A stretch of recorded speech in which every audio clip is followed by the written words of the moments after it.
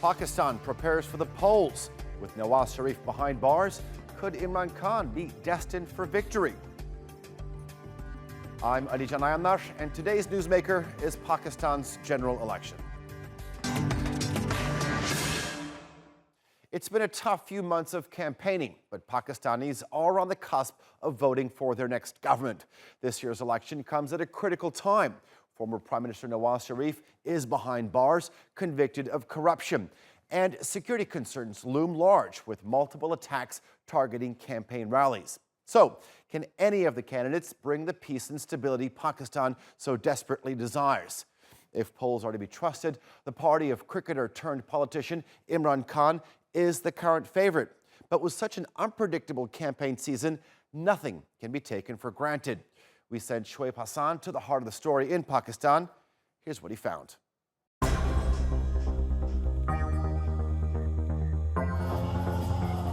A crescendo of chants and a riot of colours. Election rallies have stepped up ahead of voting on Wednesday in Pakistan.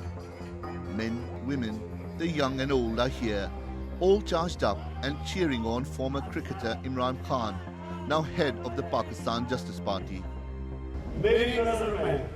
In my view, the youth were the people who laid the foundation of the Justice Party. And these were the people to whom I couldn't give anything. My father was not in politics, nor my family, nor did I know a powerful politician. So what was it? All the people who I met were people who believed in the dream of change here. It's such rhetoric that's earned Khan the fanatical support of Pakistani youth, fed up with the traditional and corrupt political elite. Imran Khan says our biggest problem is corruption. They've hollowed out this country, these corrupt people, these thieves, these robbers, these bandits. We dismiss these thieves, we dismiss them, all of them. Former Prime Minister Nawaz Sharif is the main focus of their anger. He was convicted this month of corruption-related charges. It's an uphill task for the country's former ruling party. Many of its top leaders have jumped ship to join Khan. That's particularly true of candidates nicknamed the electables. They receive votes based on clan or tribal loyalty, and that doesn't change no matter what party they join. But leaders of Sharif's party say their departure and Sharif's conviction are being engineered. We are not getting a level playing field. We are being targeted, we are being pressured, we are being victimized. And we feel strongly that certain instruments of the state, such as the National Accountability Bureau, NAB, is being used only to target us. That's a reference to Pakistan's powerful army, but it's denied the charges. Its chief spokesman says it's only providing security for the elections, as asked by the Election Commission. But the allegations have been echoed by Sharif. When he was sentenced, he was in London, where his wife is in hospital. But Sharif's return to Pakistan on July the 13th to fight what he says are baseless charges has reignited his campaign, even though he's been jailed ever since. In the verdict, is there any mention of corruption in the charges against him? No.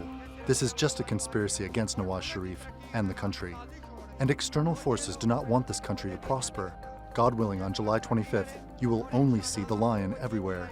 And we are voting for them because compared to other provinces, the PMLN has done so much development work in Punjab. On July 25th, many of Pakistan's 106 million registered voters will cast their ballots at 85,307 polling stations. Candidates with more than 120 parties are running. 342 seats in parliament are up for grabs. 60 of them are reserved for women and 10 for minorities. Punjab is the largest province and has 54% of the seats. While the contest for first place is between Khan and Sharif, assassinated former Prime Minister Benazir Bhutto's once dominant PPP party also appears to have undergone a revival. The party has also been plagued by corruption allegations against Bhutto's husband and former president Asif Ali Zardari. But the party and campaign is now under the leadership of her son Bilawal Bhutto Zardari. Political analysts are predicting gains from its poor showing in the 2013 elections. Also in the running are the MQM party, once dominant in the country's largest city of Karachi. and a number of new right-wing parties. They're led by prominent but controversial religious leaders like Khadim Rizvi, Pakistan's most well-known campaigner for blasphemy laws. The roads for all of them lead here to Constitutional Avenue in Islamabad. And the key is this building. Whoever wins the largest number of seats in Pakistan's parliament rules the country. Imran Khan leads the polls at the moment, but the contest is too close to call. And it may well be that a coalition government is on the cards. Khan is confident. He's already talking about his first 100 days in power. Will Pakistani politics' long-time dark horse finally pull it off? Or is there some fight still left in what he calls the old Pakistan? Shoaib Hassan, The Newsmakers. Joining me now from Islamabad is Zulfikar Bukhari. He's a member of the Pakistan's Tehreek-e-Insaf party and advisor to Imran Khan. Zulfikar, good to have you on The Newsmakers. Let me start off by asking you, many observers in Pakistan are convinced that Imran Khan is the military's preferred candidate in these elections, and the army is working to undermine his rivals. So, is the PTI benefiting from the army's support? First of all, thank you, Ali, for having me on your show. You know, when a party is down and out, they have to build a narrative. The narrative can't be that we don't have support, no one showed up for me at the airport, no one is going to vote for me, or we're going to lose. So a narrative has to be built. It's unfortunate that Pakistan Muslim League chose the narrative of army support. Whereas if you go back into history, what does even army support mean, considering the fact that he himself is a creation of the army? All right, so you're saying that is your opponent's narrative. What is your narrative? Well, the PTI's narrative is very simple, Ali. It's that people have elected previous parties, let it be PPP or PMLN, and this time they want change. They want someone who has given them prosperity in terms of hospitals and universities, and now they are, you can see from all TV records, media records, that the crowd, the populist party is Imran Khan's Pakistan Tehreek-e-Insaf. Our narrative is simple, that you vote for the one honest guy that you have in top-tier leadership. One key quote from Imran Khan has said that Pakistan's issue is nothing to do with liberalism or fundamentalism, but Pakistan has an issue with governance. How does the PTI plan to tackle this issue if you're elected? Ali, look, governance is always the main issue in any country in the world. The reason why when you live in Britain or anywhere else, or America, the reason why you have liberalism or you can somewhat tame extremism is only because of good governance, strengthened institutions.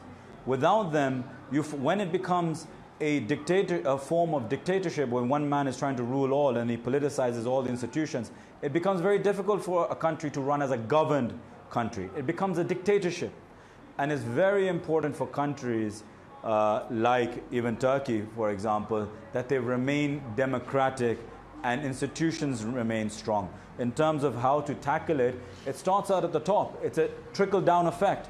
If the person sitting at the top of the pyramid is politicized completely and wants to put his own family members and close friends in institutions, it's very difficult to run a government like that. It's close to impossible. It's a form of corruption because you're putting your personal gains in front of what is based on merit, like you have in all other countries across the world.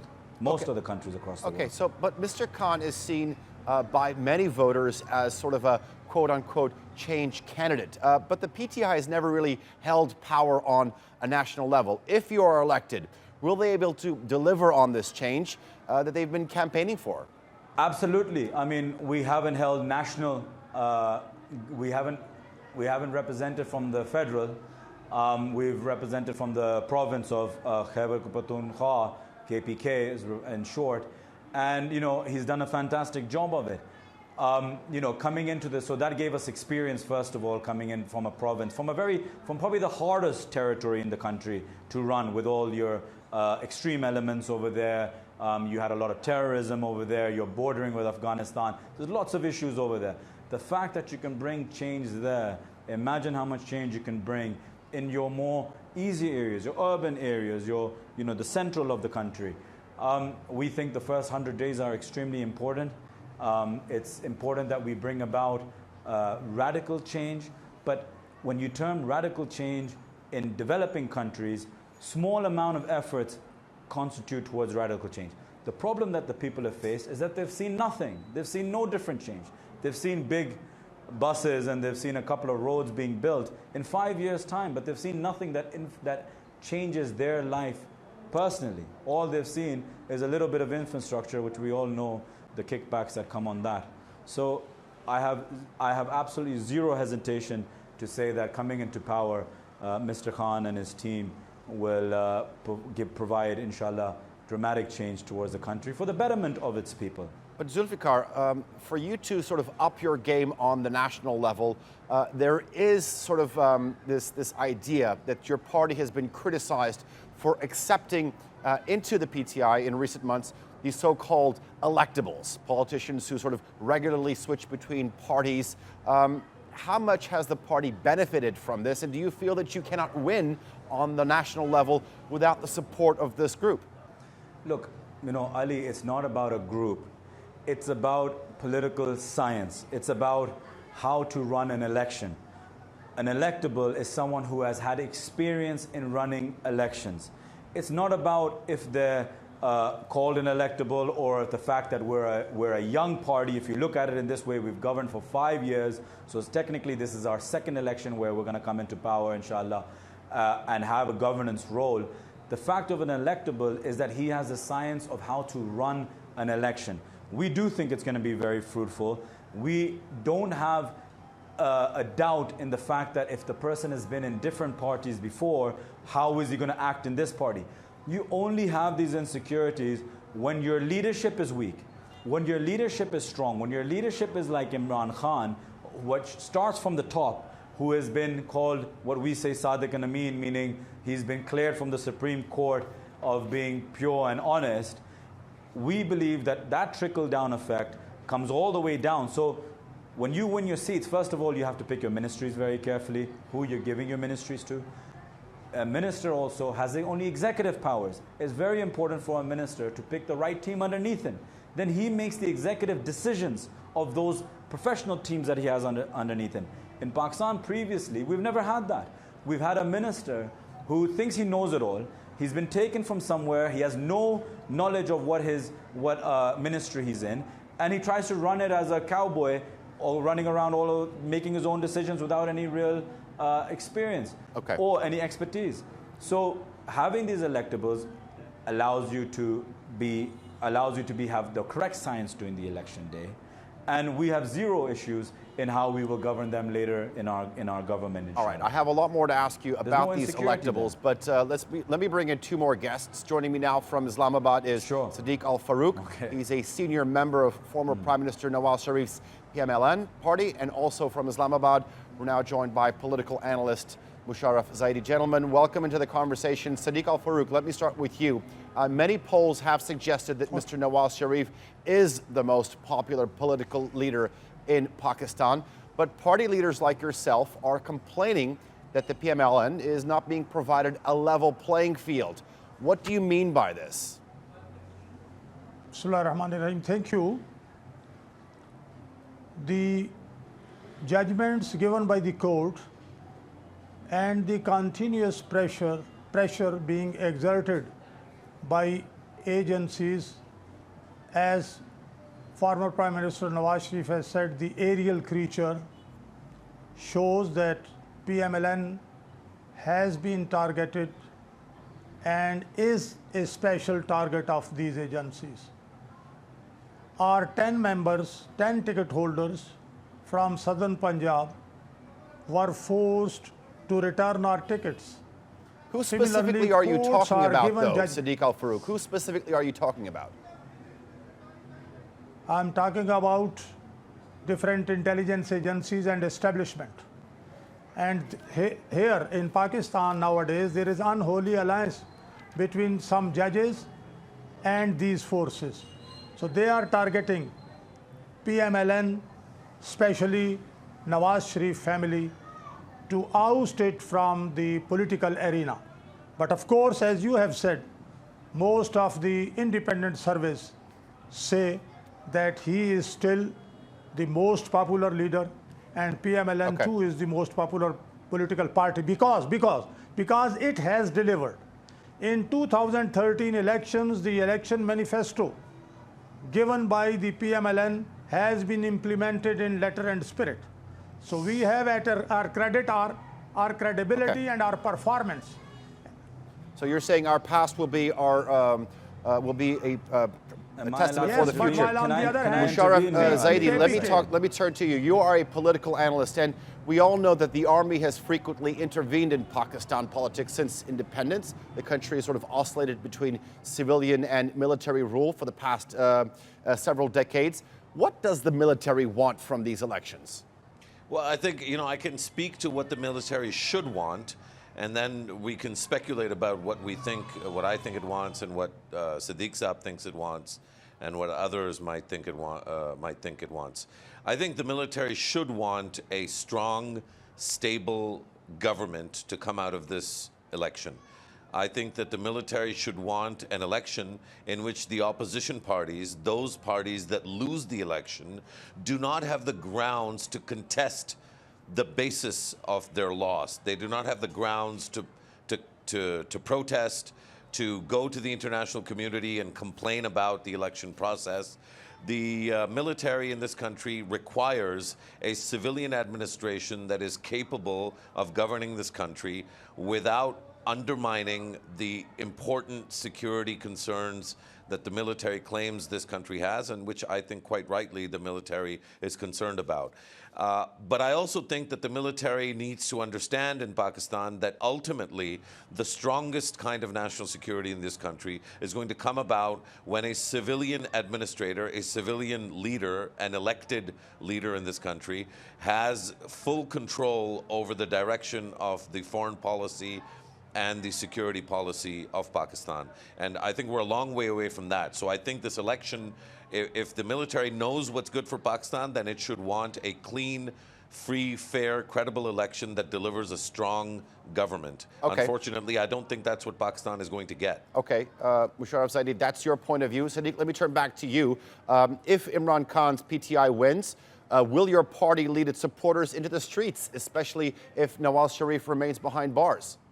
Let the leadership take a decision, but it will not be acceptable for us because, as I have already stated, that we have delivered and Imran Khan has badly failed to deliver in the province of KPK.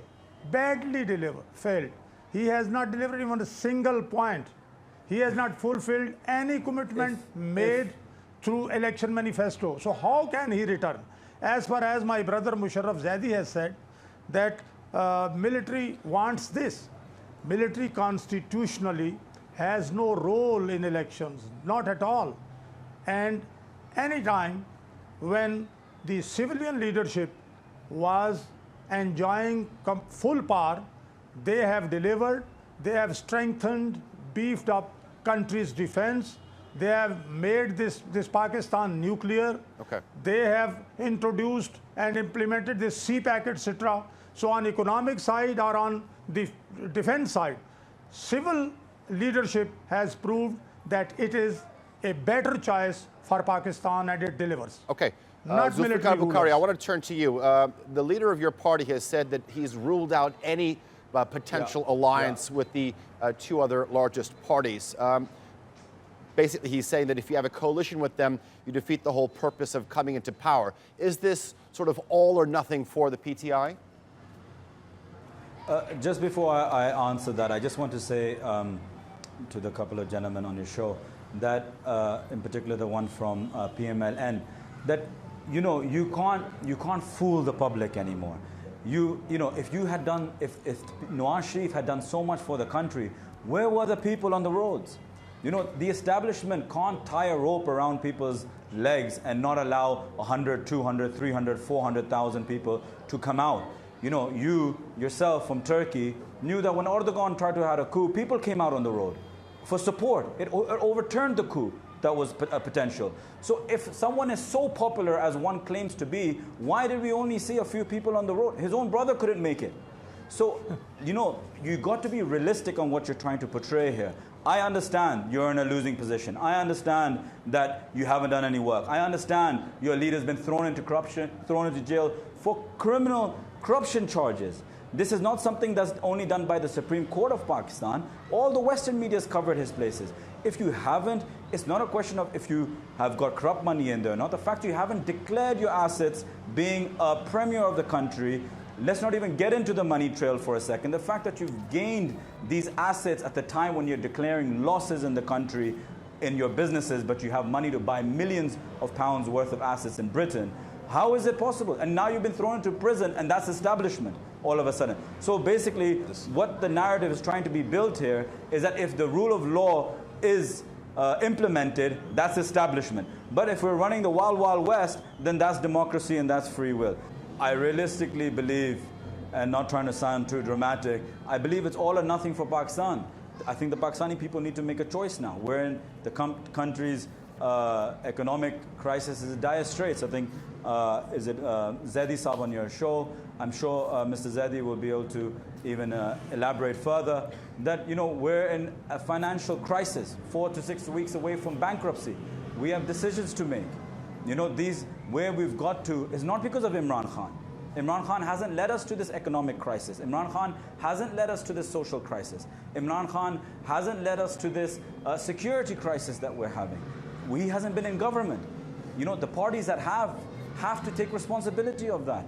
We obviously cannot ally with any of the main parties because that stands against everything that he has stood for in the past. Having said that, we don't believe that we will, inshallah, need the reason to. We believe that we'll take a straight majority. So I don't even think that we need to think along the lines of forming a coalition government. Inshallah, God willing, we'll take the majority. Musharraf Zaidi, I'm going to give you the last word on the upcoming elections. May I respond to the allegation of corruption? Let me just first turn to Musharraf Zaidi.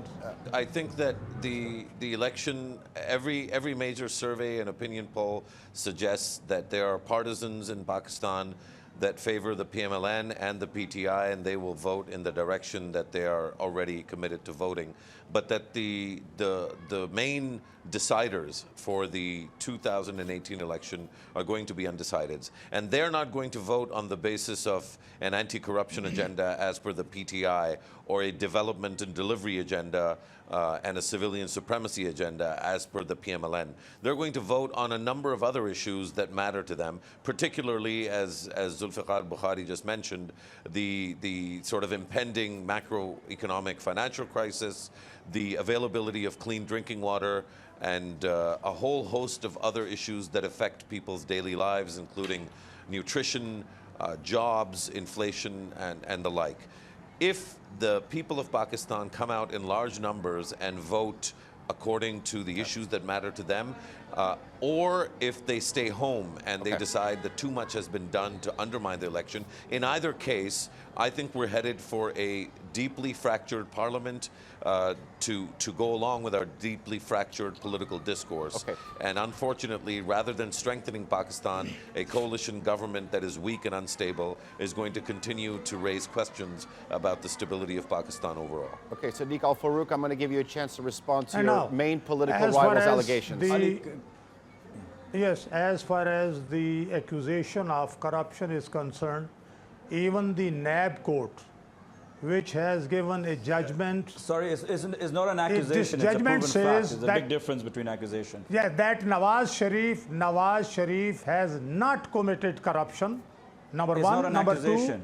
two, it has not been proved that these flats belong to Nawaz Sharif. We assume. So they have assumed. Sadiq Al-Farouk, Zulfikar Bukhari, and Musharraf Zaidi, thank you very much for joining us here on The Newsmakers.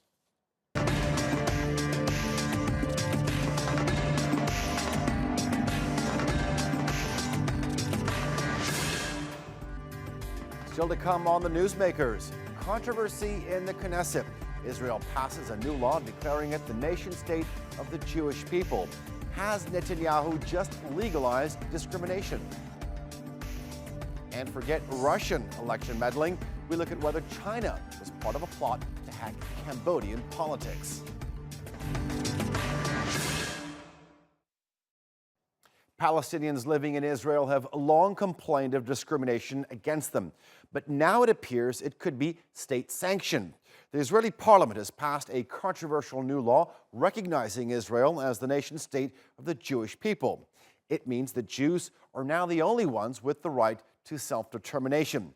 Palestinians and other Arab Knesset members immediately condemned the bill, accusing the right-wing government of promoting racist policies. For more, here's Natalie Pohanen.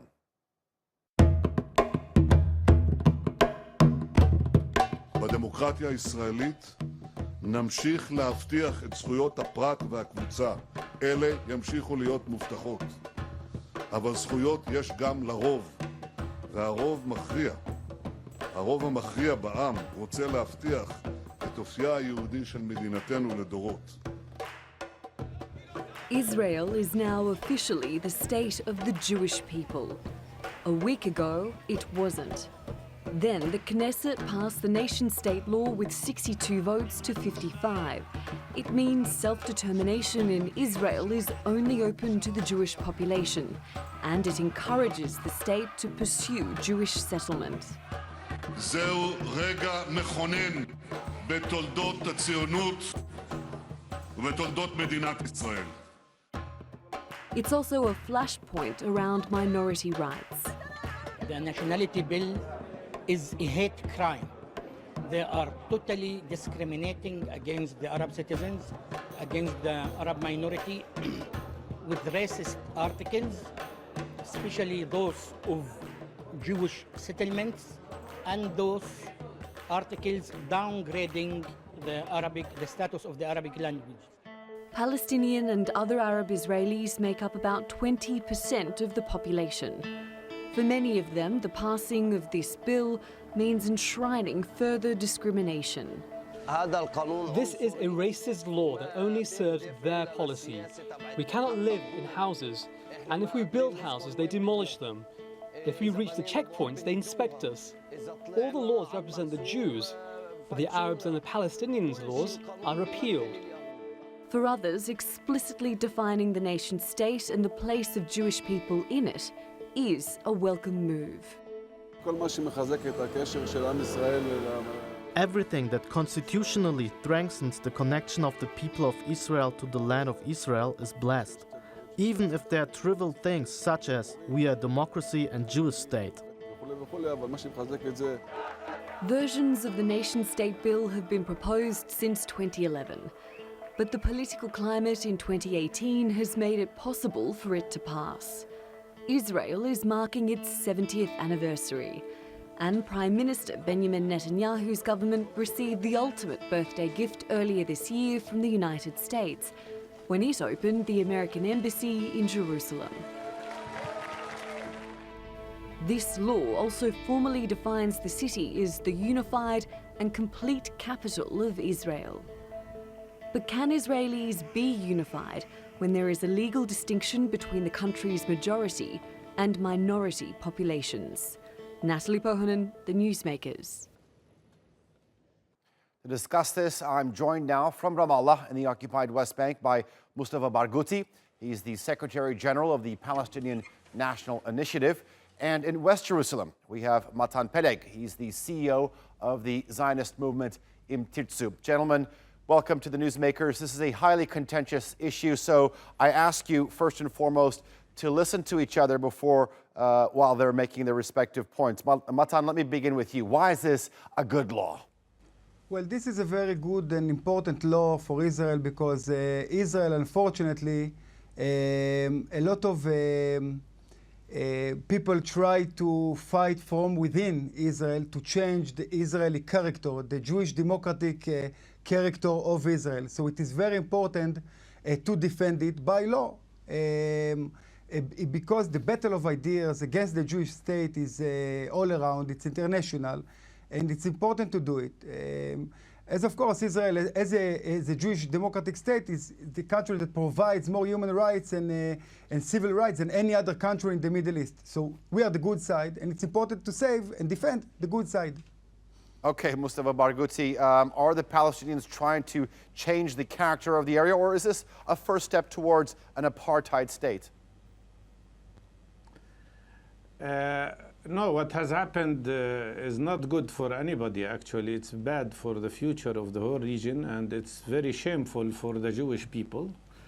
As my friend Daniel Barenboim, the well-known world musician, wrote 2 days ago, he said he is ashamed of being an Israeli after passing this law. Because this law means that Zionism is exposing itself as a racist movement, as a form of racism. This law creates a system, or consolidates actually a system of apartheid, where 20% of the population who carry Israeli citizenship are now excluded. And it says that the right of self-determination is exclusive for Jewish people. And at the same time, it says that settlement activities are national value, Jewish value, and it doesn't say what are the borders of Israel, which means that this apartheid system applies also to us in the West Bank and Gaza and East Jerusalem, which are occupied territories by international law. And this nationalism and racism applies also to the Golan Heights, where Syrian people also live. In my opinion, this law is about killing the possibility of two-state solution. It's about killing the possibility of peace. And it consolidates Israel as a system of much worse and much more arrogant apartheid than what prevailed in South Africa at one point of time. I can say that what we see today is the arrogance of power reflected in a form of apartheid. Well, to say, yeah, but to say, you are saying, I'm sorry, but you are saying apartheid on Israel. Well, I think this argument is someone is I'm sorry, but or making a mistake, or is a liar, or much worse. Why? In Israel, there are judges, policemen, soldiers that are Arabs. We live shoulder to shoulder, and again, in this country, Arabs live better life than any other country in the Middle East. So let's give respect to the best country in the Middle East that provides more human rights than any other country in the Middle East. You are saying it is Jewish only. I want to answer to you. No, you are exactly saying wrong. it is I have Jewish a lot of only. friends. Don't interrupt me because I didn't interrupt you. Israel You interrupted has me first. so much minorities. You who lives in interrupted Israel, me and you Muslims said it was a and lie. I Christians. think you are Even the one who is lying now. Mustafa Barghouti, let's actually You give a should be chance for ashamed of Matan to reply. self-reflection. The Christian population What you are in advocating Israel is the fascism. only the population. No, I'm sorry. Maybe you don't know what You are a fascism fascist is. person But if you advocate the this law. Christians, This is what Barghouti, Germany let's did not get during the into- Nazi into- time. Gentlemen, when they let's not get promoted into German name values calling. Matan and Peleg, let German me ask you. nationalism. You Matan are Peleg. becoming like the fascist. Mr. Barghouti, let's not actually get into name calling right now. Matan, let me just No, ask you. first of There all, are he certain interrupted circles me. in If- your if he country, in doesn't Israel, interrupt me, that I will says not that interrupt this him. new law actually tries to change the balance between the democracy in Israel and Israel as a Jewish state. How would you reply to these sort of criticism coming from within your own country? Well, first of all, because Israel is a free country and a democratic country, it is natural for us to have arguments about every event and every opinion. This is very good. But at the end of the day, Israel is a Zionist state because a Jewish democratic state is a mechanism that was invented by Zionism. And this mechanism brings more human rights and stability than any other country in the Middle East, including Turkey and Egypt and other countries. So let's, again, give respect to this country. Now, let's not forget, the Christian population in Israel is getting bigger than in other areas in the Middle East, just getting smaller. Arabs in Israel getting much more rights than any other place. So I think to defend the character of Israel as a Jewish democratic state is to defend, again, the only mechanism who defend human rights. At the end of the day, human rights is what is important here. Children's rights. And when we are looking at the children, and when I measure a life of children in Israel, and also in Judea and Samaria, comparing to what is going on in Syria, comparing what is going on in Gaza, comparing what is going on in other places in the Middle East, I know that this country needs to defend its own character. And what to do? This character is a Jewish democratic state. So we are very proud of it, not only because of historic reasons, but also, again, because it provides more human rights and stability to all, to women, to LGBT, to minorities, and we are proud of it. Okay, Mustafa Barghouti, the Israeli Prime Minister Benjamin Netanyahu said that we will keep ensuring civil rights in Israel's democracy. Is this assurance not enough for you? You have to guarantee that he will not interrupt me, because I did not interrupt him. Mr. Barghouti, First of all, Israel was built on the ruins of the ethnic cleansing of the Palestinian people in Palestine. When Israel was created, the Palestinians were the majority on this land. Who ethnically cleansed 700,000 Palestinians, which was 70% of the Palestinian population, and now is saying these people cannot come back to their homes, which they were forced to leave 70 years ago, while any Jewish person anywhere in the world can come and consider himself a citizen in our land. That is the first racist act that was taken. Now he says that Israel is a democracy. How Israel can be a democracy when it is occupying the rest of us, the Palestinians in West Bank and Gaza Strip, for more than 50 years? This is the longest occupation in modern history. We are subjected not only to discrimination, we are subjected also to military rule. We are subjected to oppression. We are subjected to killing. This is not a democracy. He's trying to compare himself to Syria. I suggest that he can compare Israel to the fascist regime in the Nazi Germany, which executed Jewish people, and he can compare himself to the fascist regime in Italy, which was also discriminatory. This is not a democracy. This is apartheid. And he should be ashamed of himself of defending apartheid. You cannot interrupt me. Shut up. You cannot interrupt me. Let me finish. Show respect. What Israel has, there is a moderator and he can give you the role to speak. What you have created is a system of apartheid, and this is not a democracy. You cannot have democracy and apartheid. You have to decide, are we equal human beings or not? We now, the Palestinians on the land of historic Palestine, are more than the Jewish Israelis by a fraction of a percent. Why do you have all the rights? Why every Jewish person can come to Palestine while our refugees who were forced out of this land? Mustafa Barghouti, can just hold on just one second. Matan, thank you very much for holding on. Let me ask you the last question. Is this the end of democracy, and is this the end of a possible solution to a two-state solution? It is the end of democracy, of course, and the end of possibility of peace. Mustafa Barghouti, let's actually listen to Matan. I gave you a long speech. Barghouti, I gave you a long time to speak.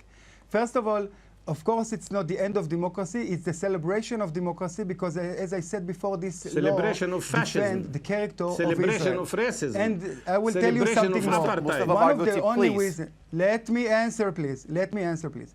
One of the reasons, maybe the most important reason, all the Arabic world see the Palestinians as a joke, is because the Palestinian. They don't choose life. We are not a joke. We are people who are struggling for freedom, and you should be polite in using your words. Palestinians are not a joke. Using terror. You cannot say that about other people. Even now, you can't say when I about try to Palestinians speak, that you they are a interfere. joke. This is racism. This is exactly what we are talking about. You are being racist by describing Palestinians as a joke. How can you say that? Please listen to me. Matan Peleg and Mustafa Barghouti, thank you very much. I know this is a very contentious issue, just because he interrupted, and this will certainly turn a new page in Israeli-Palestinian relations. Thank you for the both of you for joining us here on the Newsmakers.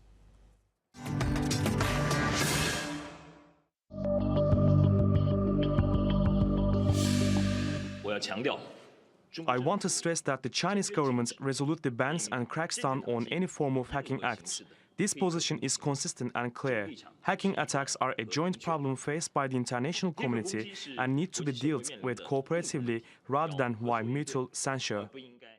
Well, things have gone from bad to worse for Cambodia's political opposition.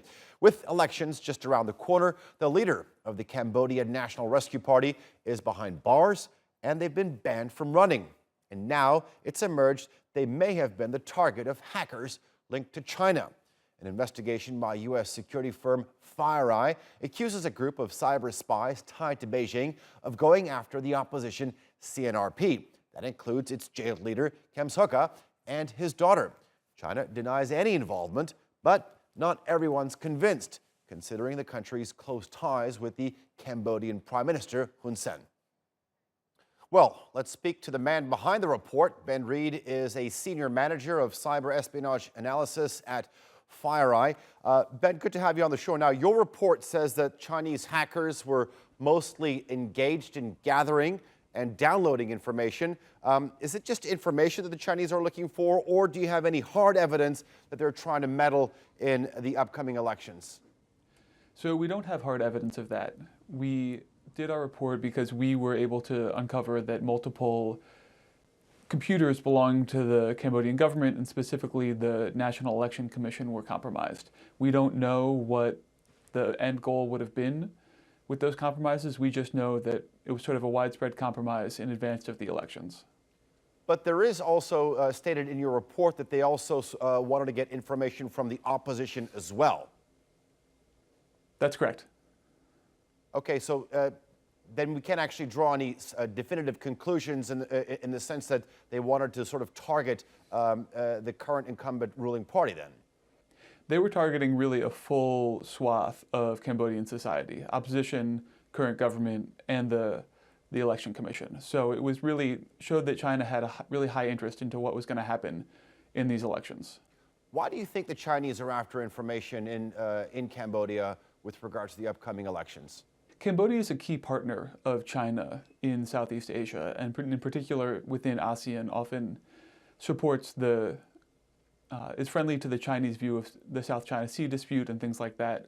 So it would make sense that China would be interested in what was going to happen in the upcoming July elections, especially following what happened, the surprise result of the Malaysian elections recently. Okay, fair enough. But the reality is that in Cambodia, the country is lacking sort of an effective opposition. The country's prime minister is pro-Beijing and is poised to clinch pretty much an uncontested election victory. So why would the Chinese have any sort of extra interest in these elections? So the Chinese pattern, especially in East and Southeast Asia, has really been to get as much information as they can about governments, society, businesses. So even while from the outside it may seem like the election may seem like not much of an actual contest, it still is consistent with previous Chinese actions to try to gather a lot of information on it.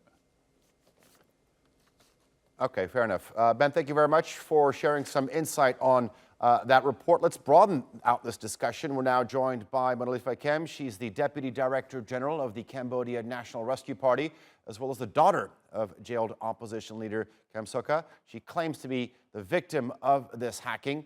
And in Beijing, we have Zhu Qindo. He's a political analyst specializing in Chinese affairs. Zhu Qindo, let me start off with you. Ben said that the Chinese are trying to gather up as much information as possible. Is it fair to say that these compromises that we're seeing in Cambodia sort of fit the overall mission objective of Chinese espionage in the sense that they're trying to gather up information in general?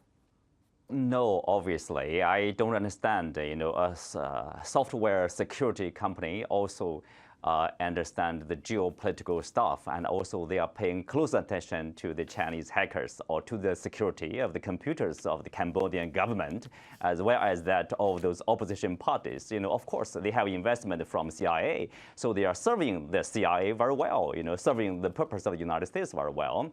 Well, Cambodia is considered in the United States as not really a normal country somehow, and the U.S. is asking for the war debts, and because of Cambodia's pro-China position, it is often criticized in the U.S. media, I guess, in the U.S. security company like this one. So no, of course, if China wants to get any information, they can make a phone call to the Prime Minister Hun Sen, and they will get everything. Okay. Monavithya, let me ask you, you said that you were one of the targets of these Chinese hackers. How did you become aware of this? I received a phishing email, and then I sent to someone who later sent to FireEye. And that's when they found out who the hacking group was. Okay. Zhu Qindo, let me turn back to you. Ben, our previous guest, said that sort of China was keeping a closer eye on countries in the region, especially after the election results that we saw in Malaysia. Is China concerned about what happens in regional countries in terms of their approach to China? Well, first of all, let me give you some explanation. The Chinese, we follow a principle called like non-intervention of domestic affairs, especially when it comes to the elections of another country. Look, if China has any intention to intervene, it would have intervened in the Sri Lanka election a couple of years ago, or the Malaysian election. Because against Sri Lanka, there was a pro-China government, and then you have a government which is very much against China. And in Malaysia, of course, you have also a problem too with the new government, at least on the surface. But now in Cambodia, it's an uncontested election, and Hun Sen is going to win like 100%. What is the purpose of doing that? Only stupid people would believe that's a Chinese interference, right? You say that, though, but China has a lot to lose. It's the biggest sort of investor in the country. It requires the diplomatic backing of China with regards to many regional disputes. So it is critical for China to have Cambodia's support. No, China is not going to lose whoever in the government, whoever runs the country of Cambodia, because China regards Cambodia as an equal party and view its relationship with Cambodia as on the equal footing. We are friendly nations. China will do whatever it can to help Cambodia, and it's the same. It's a mutual feeling from Cambodia. Either Hun Sen or any other party from the opposition, from any political parties in Cambodia, because China does not interfere with their domestic politics. It's Cambodian people who will decide the future of the country, not the Chinese. Okay, Monavita, let me turn to you. Our guest from Beijing is saying that China does not interfere. What are your thoughts on that? Well, I believe the integrity of the Cambodia election has been lost already for the fact that the leader is imprisoned and the fact that the opposition has been banned. However, it's very disturbing to know that a foreign entity is monitoring us, whether it's our government agencies, us meaning the opposition, or some of the other institutions in Cambodia, for example, the National Election Committee. It is indeed still disturbing. I am not making accusation. What's the purpose? I don't know what the purpose is, but it's indeed still disturbing that we are being watched, being monitored by a foreign entity. Okay. And actually, I was a little surprised. Initially, when I saw the phishing email, I thought that came from the Cambodian ruling party, frankly. Okay. Monavita, let me ask you, do you feel that because of China's influence in Cambodia, that the government is sort of downplaying sort of the negative effects and trying to concentrate on the positive ones? I think for the Cambodian people ourselves, we see what is happening in Cambodia for the last several years, especially in the last year. So I believe the propaganda that's coming from the Cambodian ruling party does not work. And whichever country, whether it's China, whether it's any country in the region or any country in the West, if they take a stand that against the stand of the Cambodian people, naturally they will not be liked by the Cambodian public. Okay, so Joaquin, now let me turn to you. How important is it for China to have the support of regional countries, especially when it comes to sort of contentious issues like the South China Sea?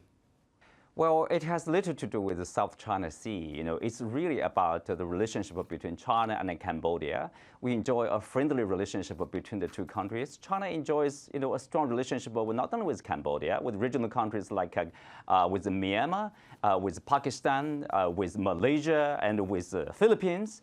All those countries, we would like to have a stable and a strong relationship with them because we are neighbors. We can never somehow become, non-neighbors. So you cannot change your neighbors. And for China, of course, we would like to have a peaceful environment because China needs to focus on its own domestic development, economic development. So is Cambodia. So is Malaysia. So is Myanmar and other countries.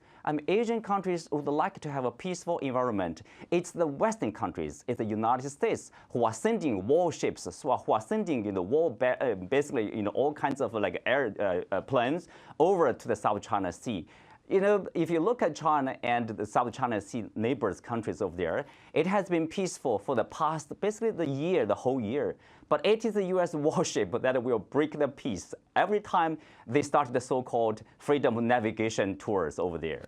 Kem, let me ask you, the opposition has called for a boycott in these upcoming elections.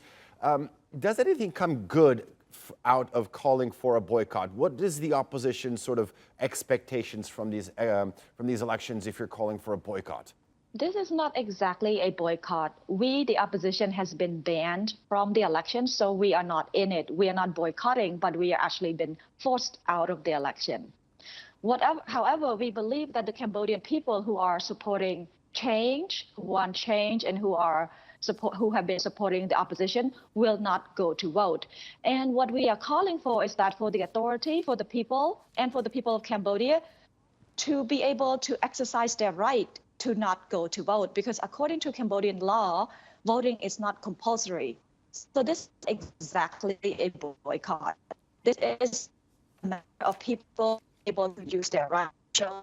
They are not happy, they are discontent with this sham election, therefore they will stay home and not go to vote. Okay. Kem and Jukindo joining us live here on the Newsmakers. Thank you very much.